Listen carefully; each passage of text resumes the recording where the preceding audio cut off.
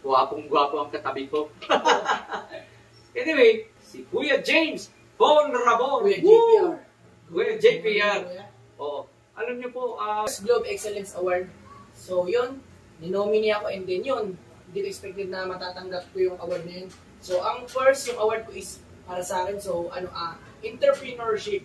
Ibig sabihin yung mga nagawa ko, yung mga naitulong ko, like humanitarian, sa Eagle, sa MMP, and then mga pa-serve natin yun. And then this one naman is, sa business naman natin, entrepreneurship natin sa Bon and JPR Trading na parang ngalan. Sa Lime Resort Hotel sa Pasay, Just Globe Excellence Award. Second Asia's second. Yung previously interview natin, I think yung nag-graduate pa ako, I think. Ay, oo. Kaintayin nyo, isang cum laude graduate ito.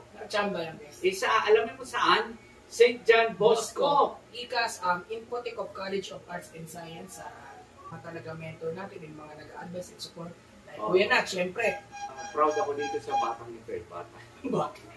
Yan na naman tayo sa bata eh. Sige na nga.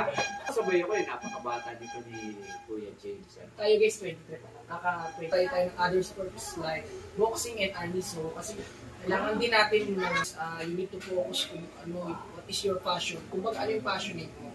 Kumbaga like, passion mo is like boxing or basketball or theater or anything that you want. Basta yung passion mo, pag galing mo passion and dedicate mo, kumbaga yun ang gusto mo, hindi tuloy mo like, yun nga sabi ko, pag taekwondo yung passion, hindi tuloy lang, focus and saka, and then hard work, and then health mo kailangan always, dapat fit yung body fit.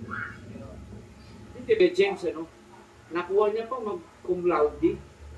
Ano lang yung guys, bonus na lang yung kumbaga, sinagalan natin, nagsipag lang, and then always, kailangan aral ng aral. The secret natin dyan is positive as always. And then tiwala sa sarili. Tapos lakas ng loob guys. Kailangan hindi tayo mawala ng lakas ng loob. Kahit saan bagay. Kasi pag nawalan tayo ng lakas ng loob, panginaan na tayo parang pakindi natin tayo or ganun. Kailangan dapat always may lakas tayo ng loob. Huwag tayo panginaan. Tapos always positive mindset and tiwala sa sarili. And don't forget kasi number 1. Sa akin, I think 2023 yung tumakbo ko guys, diba? And then almost magti 3 years na kami ni Kuya na. For next year, 3 years, almost 2 to 3 years na tayo. Use your social media account to promote your name. Naniniwala.